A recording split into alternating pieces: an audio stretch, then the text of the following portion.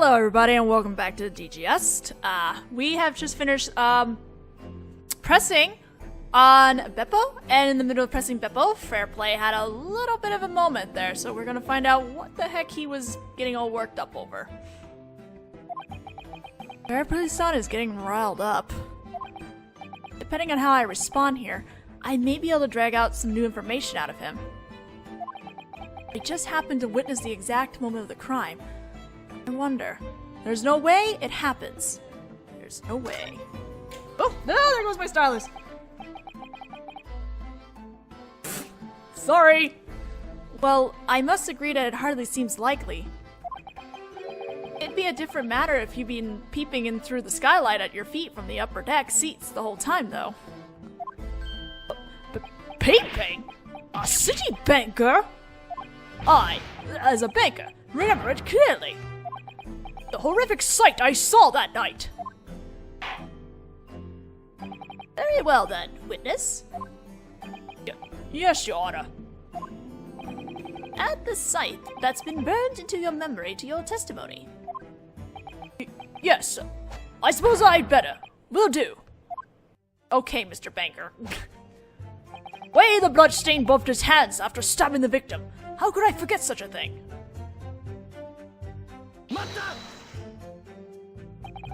Did you say bloodstain? Well, perhaps stain was a bit exaggeration. But in any case, both of his left and right hands had blood on them. And you saw this through the skylight? That skylight is a fairly decent size. On top of that, the lamps inside the carriage were shining brightly, so it was quite visible. What's going on here? This new statement. I can't help feeling like there's something not quite right about it. At times like these, such as in this case, perhaps it would be a good idea to check the court record. There is a problem here because, I do not have the dialogue for this. How there was blood on both his hands, that can't be right, considering... If we look at his gloves, blood stained both his hands. But perhaps stain was a bit of an exaggeration. But in any case, both of his hands had quite a bit of blood on them. Of that I'm certain. I'm sorry, but that strikes me as rather strange. Dude, what is with that smug pose? Look at that smug pose of freaking Naruto. Eh? These are the gloves Mangeldal-san was wearing that night. Gloves? It's true that there's a darkest stain on them. But as you can see, the blood stain is only on the right hand. Ugh. I'm sorry, that animation. It's like a freaking chipmunk. In other words, Fairplay-san, it contradicts your testimony. Ugh. You're lying. That shouldn't be. Sounds to me like you're the liar here. That's right. You were pretty clear about it.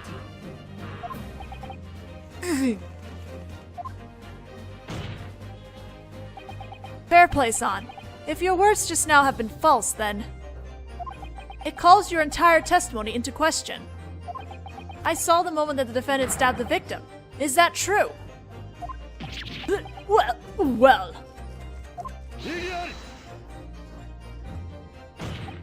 Everyone makes mistakes. You cannot label those mistakes lies. It's true that it was only one hand instead of both, but either way, the fact that there is a blood stain on them hasn't changed. However, Fairplay-san testified that there could be no doubt about it. In other words, it's possible that this witness was intentionally misleading us. I say, why would I, a city banker, have to do such a thing? I'm an upstanding gentleman, and as such, I have nothing to be ashamed of. Do you? Before we continue, let's look at the ledger again. Actually examine the ledger now.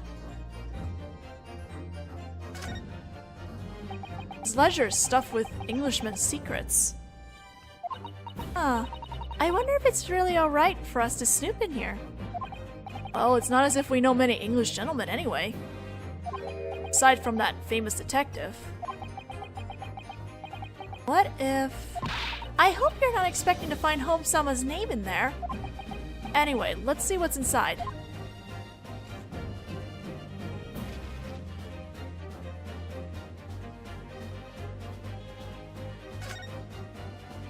It's chock full of names of English gentlemen. Well, I'm not sure about the gentleman part. It may be in Great Britain, but that doesn't necessarily mean that everyone here lives in luxury. Oh! But what's wrong? Please, look here. This name. Oscar Fairplay. Who's that again? Naruhodo, we're talking to him! I feel like I've heard that name before. It's one of the gentlemen on the witness stand right now. That banker? What's his name doing in here? 20 guinea loan, huh? His payback date is coming right up, isn't it? It may be a coincidence, but let's make a note of it just to be sure. Oscar Fairplay's name appears among the list of people who borrow money from the defendant. His payback date is nearly here.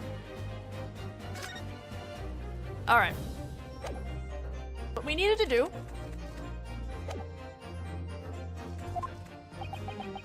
Fairplay-san has no reason to lie. Is that really true? Naruhodo-sama, if you are able to prove that the man has a reason to lie, I believe it would completely alter the flow of this trial.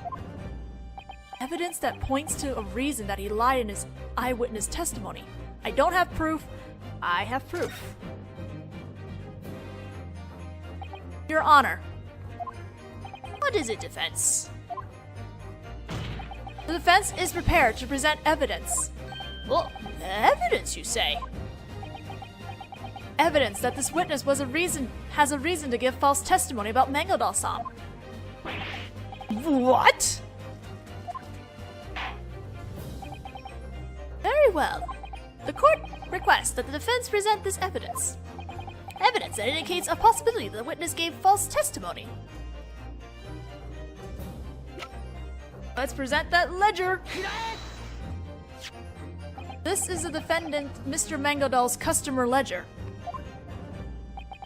It's a list of London citizens that are struggling under the burden of high interest loans. And among these suffering Londoners, your name appears. Oscar Fairplay-san. What? Witness, did you take out a loan with the defendant? No. Well, I'm not sure it was enough to be considered a loan. 20 guineas, dude! The amount was 20 guineas. That's a fairly sizable amount, isn't it? So what if I did? Let's say that Mangodal-san was found guilty of murder. What would happen to that loan? According to this document, it seems that the defendants loaned him the money as an individual.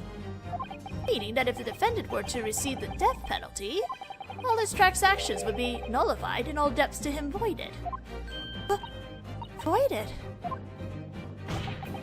Tell me, Fairplay-san, could you perhaps have given a made-up eyewitness testimony in order to have your 20 guinea debt voided? Gah! Welp.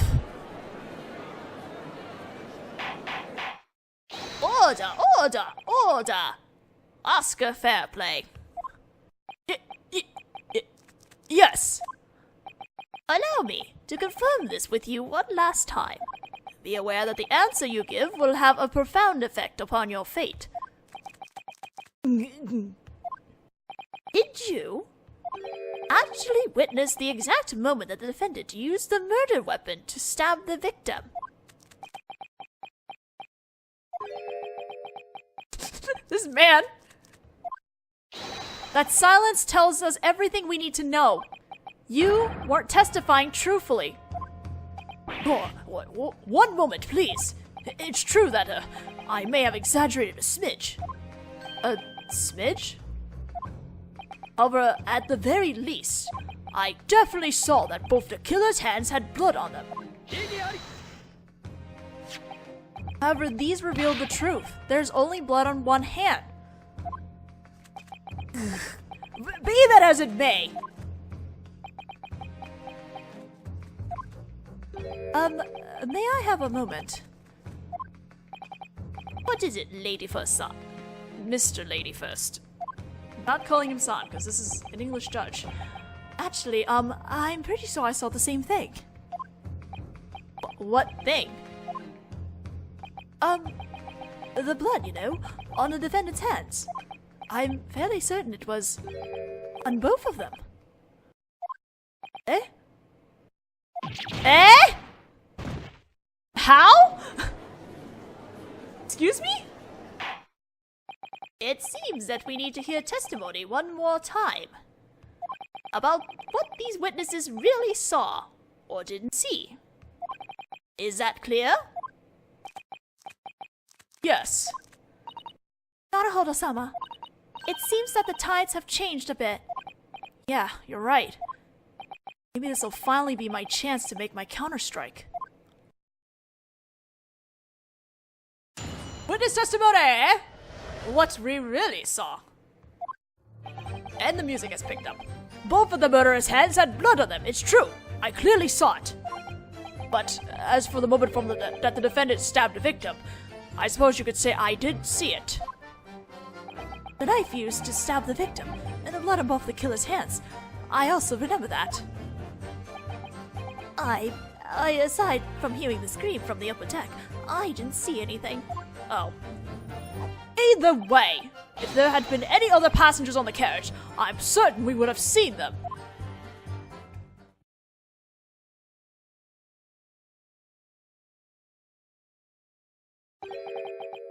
What to say to that?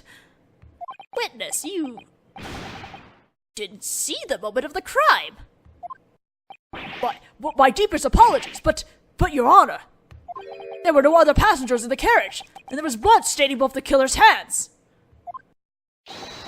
I figured that having seen that was just as good as having seen the critical moment. Good sir, are you trying to break your cane? No, it's not just as good. I'd like to have the court check the interior of the omnibus one more time. Just as the witness testimony specified, the seat is stained by traces of blood from the crime. In other words, the circumstances have not changed in any significant way.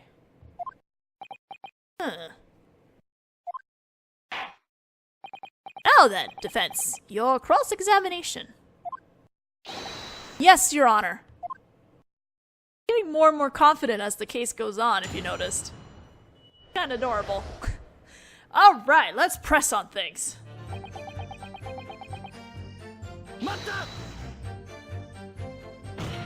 However, the fact remains that they weren't. That's proven by the defendant's gloves. Well, yes, I know, but even so. That doesn't change what I saw. Both of his hands had blood on them. For him to keep insisting on that in spite of the evidence, it bothers me to just dismiss it as a simple mistake. What worthless reasoning.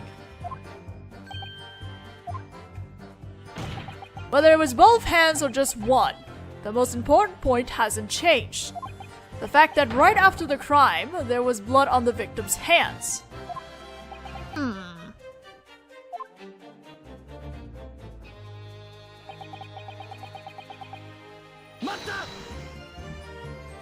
Don't try to gloss over this with vague phrasing like that. You saw the moment the crime occurred. Surely you must understand the gravity of those words. But... I can't think of anyone else who could have committed the crime. I was only trying to save us all a bit of time and effort. You took out a loan of 20 guineas from the defendant, correct? You wouldn't be trying to get the defendant declared guilty so that your debt would be wiped out, would you? Well... Don't be ridiculous! Of course not! I only took a wee bit of major loss at the horse races. I plan to win it all back at the races this weekend and repay my debt. Right. A wee bit of major loss, huh? I'm a banker. Borrowing a bit of spending money for the weekend is a simple matter.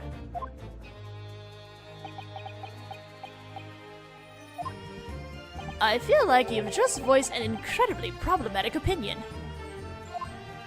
Let us set aside this man's dangerous ideas for the time being. Next witness, continue the testimony. Are you sure that's a good idea?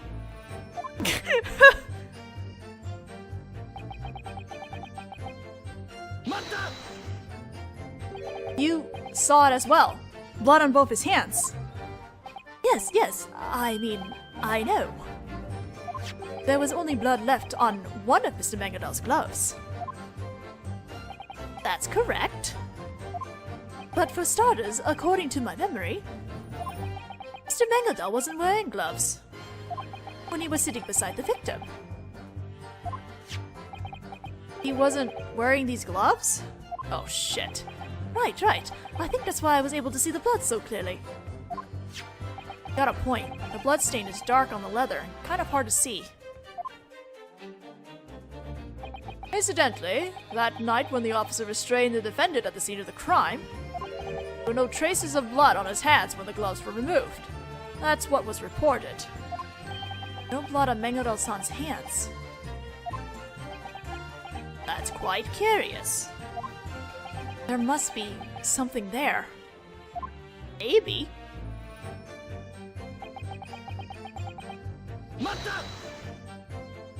You didn't see anything? Yes, that's right. I'm sorry about my testimony earlier. Yes. Giving half-baked statements like, I saw the stabbing happened. Right, sir? Well, I didn't give a half-baked testimony on purpose. But surely you didn't really see nothing. Oh, it's quite true. Didn't see a thing, nope? No. For example, you were the one driving the carriage, so... At the very least, you must have seen the London cityscape. Oh my god, Naruto, that doesn't matter right now! Wait. Are you saying you didn't see that either? It was so cold that night, it'd make a bloke pass out. A good part of my brains even froze up there in the driver's seat, yes. Oh my god, this poor man. It would seem that it would be in everyone's best interest not to ride the final omnibus of the night in the dead of winter. Beppo! Oh, poor Beppo, though! I feel him, man.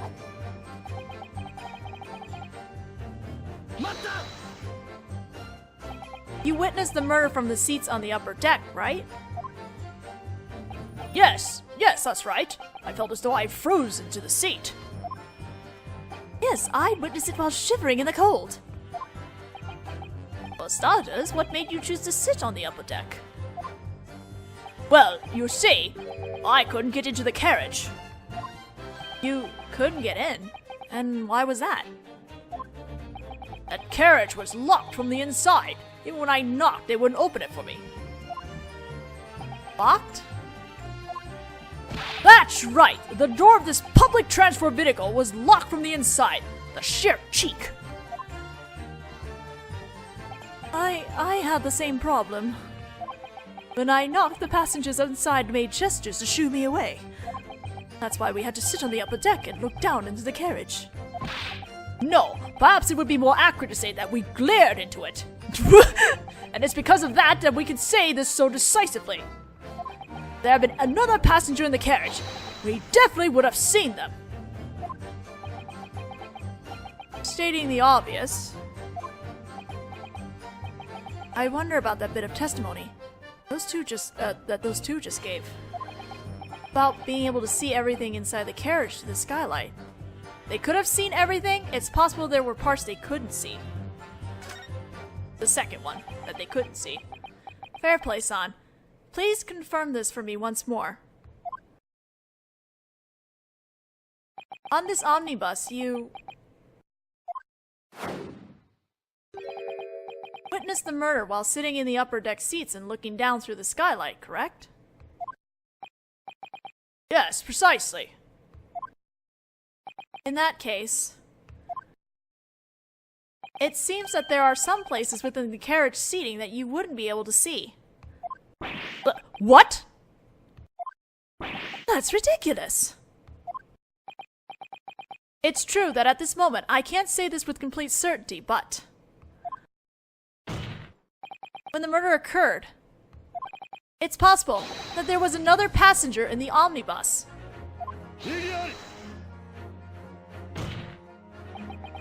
We have no need for meaningless dispute here, Oriental Defense Attorney. It seems that we'll need to indicate it directly yourself. After all, the scene of the crime is right before us. Very well. In that case, the court would like to ask the defense to point out the area on this diagram of the omnibus. Somewhere inside this carriage, where the other passenger could have been. The right seat. Duh. The upper deck seats are arranged facing forward. On the other hand, the seats inside the carriage are arranged so that they face each other. So in that case, the scope of vision that can be seen by a passenger riding in the upper deck seats by looking down through the skylight is like this. Oh! Indeed, as you can see, they wouldn't be able to see anyone sitting across from the victim and the murderer. In other words, if there were a passenger in that seat, it's possible that these witnesses have overlooked them.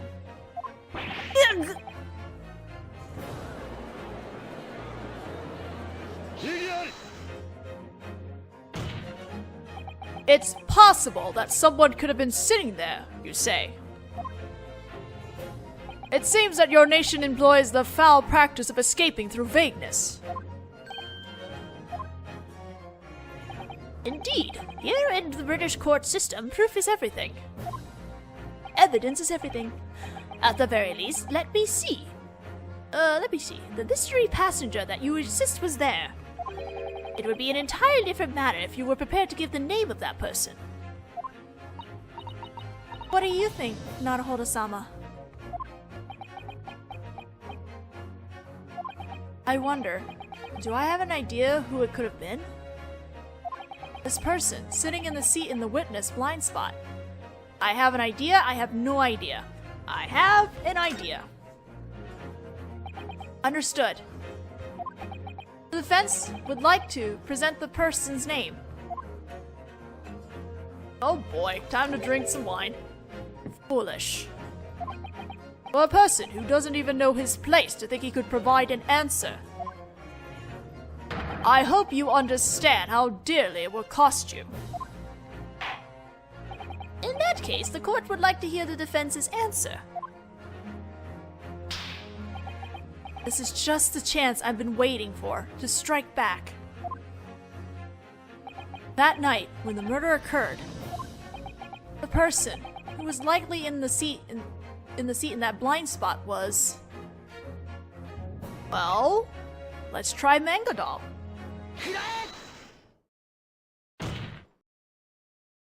The passenger that those two overlooked from their seats on the upper deck. Couldn't it have been Kazni Mango Doll-san? Kazni? Mango Doll? Isn't that the defendant himself?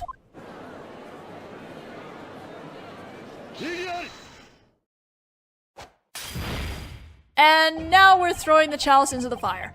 I beg your indulgence for my offensive shattering of the Lord's chalice here in this garden of judgment. Lord von Zeeks.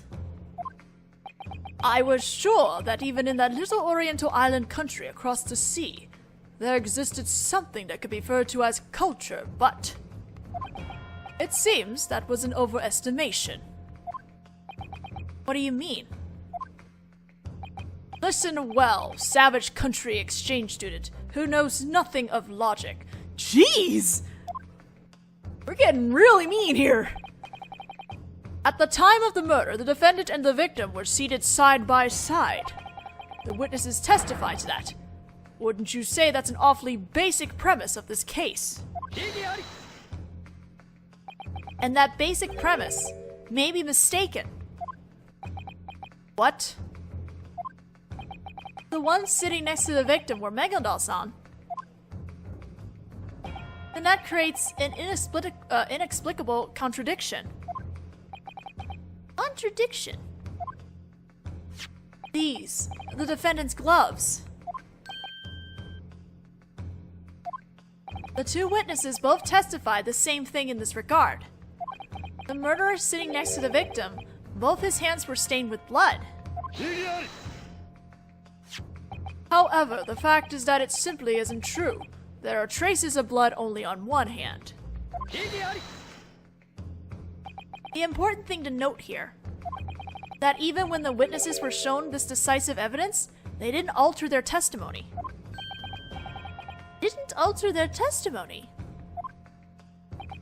Correct.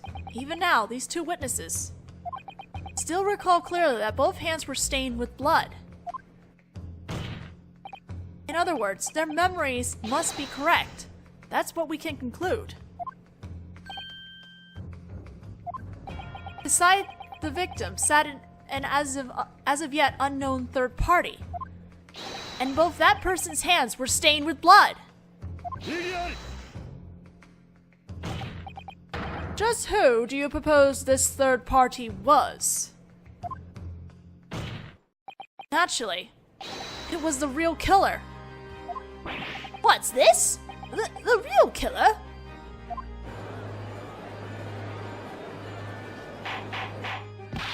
Order! Just what does this... The fence's assertion is nothing more than an assertion. The witnesses have testified that they clearly saw the defendant. However, Fairplay-san said the following in his testimony. The two of them were both wearing hats, so it wasn't actually possible to see their faces. Yes. It's true, we weren't able to see their faces from the skylight. That's right, they were both wearing hats. As a hatter, I always pay close attention to people's hats. By the way, what sort of hats were they wearing?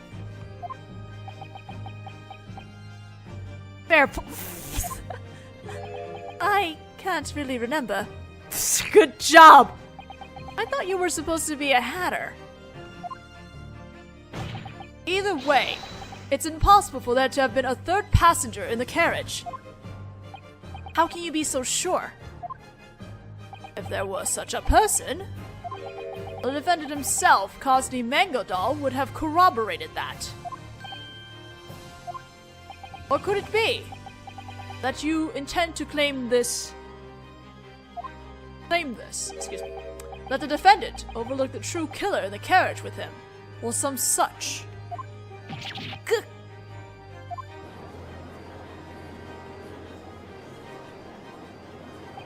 He has a point. There were a third passenger inside that carriage. It's hard to imagine that Mangodal-san wouldn't have been aware of that. Order! I believe there is an unexpectedly simple method of finding out the answer to this problem. You have the defendant, Cosney Mangodal, testify. What is the prosecution's position on the matter? Naturally, it opposes. And the reason? The defendant should have told the police everything he knew when they were interrogating him. But there may have been some reason that he couldn't talk. Cosney Mangodal is not like those half-witted small-time scoundrels over there. Ouch! In the event that he did pointlessly conceal this information, We can certainly conclude that he had some goal in doing so. What is the defense's opinion on this?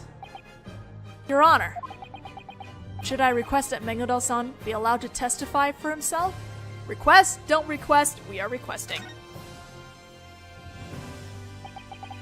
Want to get to the bottom of this incident, we need to hear what he has to say. The defense asserts the need to hear the defendant's testimony. What is the jury's opinion on the matter? Let's see, I'm still thinking about it. I believe I would like to hear Mr. Megandar's testimony. Of course! Bring his sorry hide out here, right now! Thinking about it logically, we should hear what he has to say. If you're going to do something, see it through to the end. That's the guild's motto. I would like to hear what the man who donated the park has to say. Right, I'd like to hear it too. His testimony. In that case, the court has decided to hear the defendant's testimony. Bailiff, escort the defendant to the stand at once.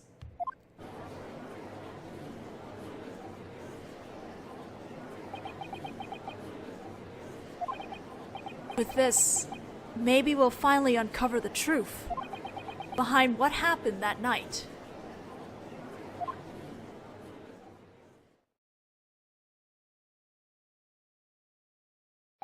Now then, the trial shall reconvene. Defendant, have you heard everything that has been said in this court so far? Of course, Your Honor. There are two questions whose answers we seek. The first is, Cut this track!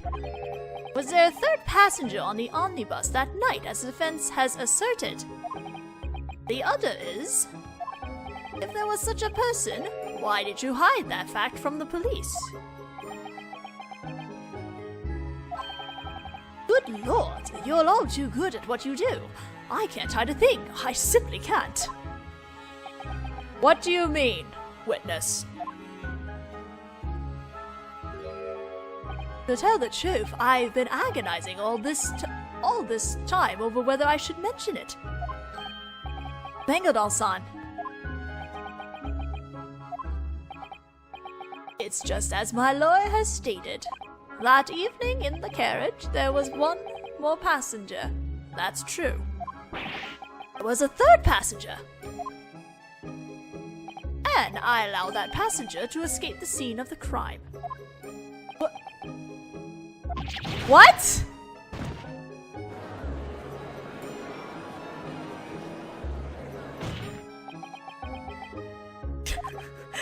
I'm afraid that claim won't pass now, Cosney Mengodal. Oh, I'm deeply sorry, Lord Baroque Bonzeats. Why didn't I mention it to the police when I was apprehended? There's actually a very good reason for that. And what would that be? I simply wish to avoid making trouble for this youngster who had nothing to do with the murder in the first place, you see? What? If the police were to learn that youngster's existence, surely it would have led us to suspicion, arrest, a trial. I only wanted to avoid that, in hopes of avoiding damaging the heart of this youth with a full life ahead. Okay, Cosney. So then, who is this youngster you speak of? I'm afraid I don't know. You don't know? Well, you see, we were simply strangers who happened to share a carriage for a bit that evening. We haven't the slightest reason to trust what this man says. The prosecution asserts that there is no value in listening to the defendant's testimony at this time. Oh, perhaps at this very moment that youth is sitting here in this very courtroom. viewing my trial from the spectator seats. What?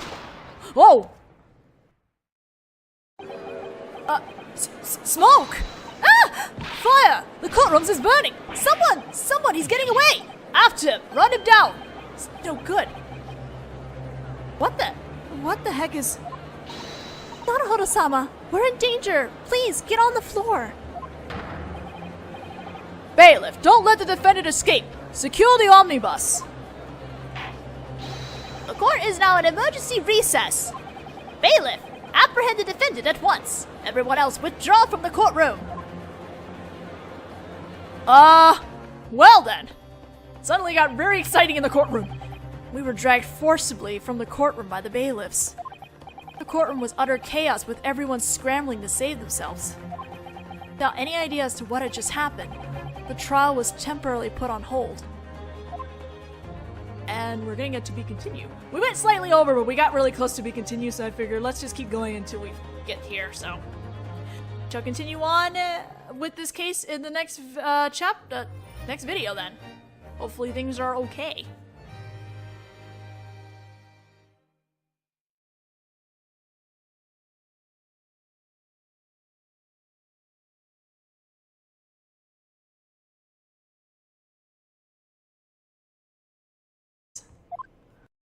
But perhaps stain was a bit of an exaggeration.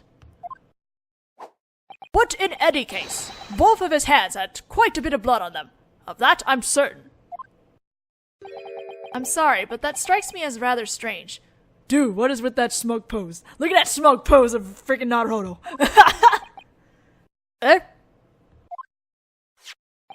These are the gloves Mangeldal-san was wearing that night. Gloves? It's true that there's a darkest stain on them. But as you can see, the blood stain is only on the right hand. Ugh. I'm sorry, that animation. It's like a freaking chipmunk. In other words, fair play, son. It contradicts your testimony. Ugh. Well, I must agree that it hardly seems likely. It'd be a different matter if you'd been peeping in through the skylight at your feet from the upper deck seats the whole time, though. Peeping? A city banker? I, as a banker, remember it clearly. The horrific sight I saw that night. Very well then, witness. Yes, Your Honor. Add the sight that's been burned into your memory to your testimony. Yes, I suppose I'd better. Will do. Okay, Mr. Banker. Way the blood stain buffed his hands after stabbing the victim. How could I forget such a thing?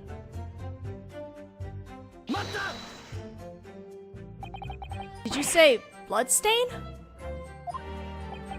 Well, perhaps stain was a bit exaggeration. But in any case, both of his left and right hands had blood on them. And you saw this through the skylight. That skylight is a fairly decent size. On top of that, the lamps inside the carriage were shining brightly, so it was quite visible. What's going on here? This new statement. I can't help feeling like there's something not quite right about it. At times like these, such as in this case, perhaps it would be a good idea to check the court record. There is a problem here because, I do not have the dialogue for this. How there was blood on both his hands. That can't be right, considering... If we look at his gloves, blood stained both his hands.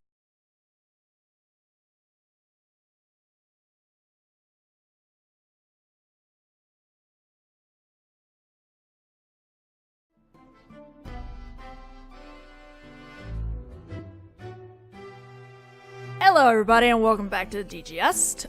We have just finished pressing on Beppo, and in the middle of pressing Beppo, Fairplay had a little bit of a moment there, so we're gonna find out what the heck he was getting all worked up over. Fairplay's son is getting riled up.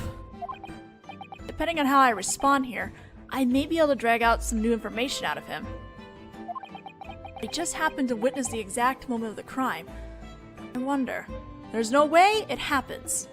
There's no way. Oh, no, there goes my stylus. Sorry.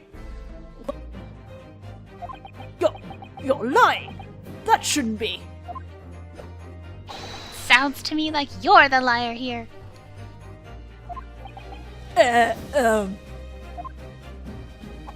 That's right! You were pretty clear about it.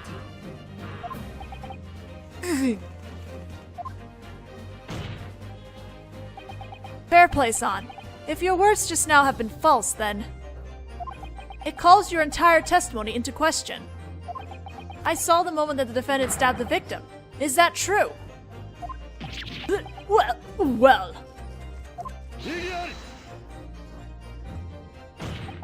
Everyone makes mistakes. You cannot label those mistakes lies. It's true that it was only one hand instead of both, but either way, the fact that there is a